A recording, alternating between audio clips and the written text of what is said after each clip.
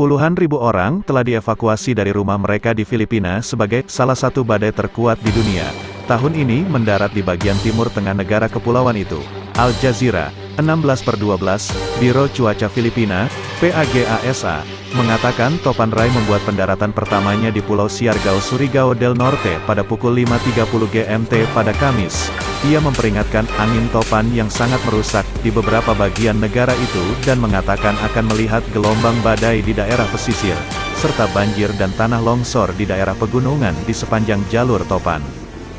Agasa mengatakan kecepatan angin telah dipercepat hingga 195 km, 121 mil per jam, di dekat pusat dengan hembusan hingga 240 km per jam, 149 mil per jam. Pusat Peringatan Topan Gabungan, JTWC, Angkatan Laut AS telah menyatakan Rai sebagai topan super. Ini adalah topan ke-15 yang melanda negara itu tahun ini. Angka resmi menunjukkan sekitar 100.000 orang kini telah meninggalkan rumah mereka. Federasi Internasional Perhimpunan Palang Merah dan Bulan Sabit Merah menyebut topan, yang secara lokal dikenal sebagai topan ODT, salah satu badai terkuat di dunia tahun 2021, dan mengatakan itu mengancam jutaan orang dengan angin yang merusak dan banjir bandang.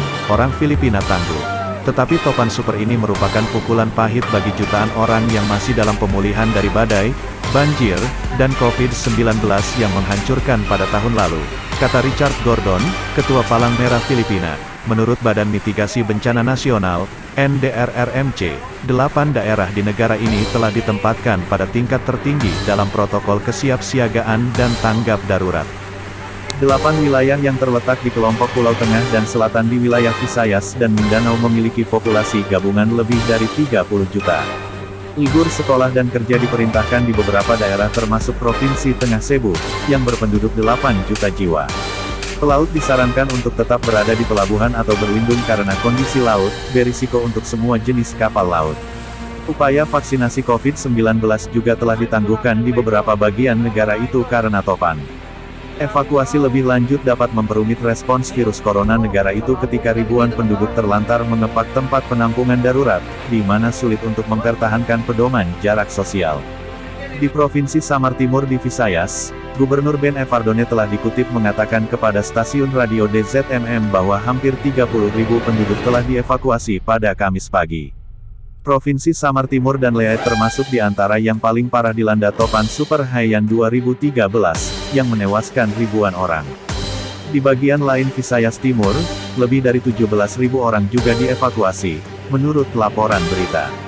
Di Provinsi Surigao del Norte di Mindanao, Badan Mitigasi Bencana Provinsi mengatakan bahwa sejauh ini 51.000 penduduk telah dievakuasi. Di Dinagat, Gubernur Arwin Bakau seperti dikutip oleh laporan berita mengatakan bahwa hampir 2.000 keluarga telah mencari perlindungan di pusat-pusat evakuasi. Pada Rabu sore, pekerja darurat di Tandak, sebuah kota pesisir selatan dengan populasi lebih dari 62.000, mengevakuasi 3.668 keluarga, kata pemerintah setempat, menambahkan bahwa para pengungsi ditempatkan di 18 tempat penampungan sementara. Di Cagayan de Oro, juga di Mindanao, postingan media sosial menunjukkan hujan lebat dan banjir di beberapa wilayah kota, yang berpenduduk lebih dari 675.000. Menurut NDRRMC, pemerintah pusat telah menempatkan persediaan makanan dan non-makanan yang siaga senilai sekitar 6,6 juta dolar. Filipina secara teratur dilanda lebih dari selusin topan mematikan setiap tahun.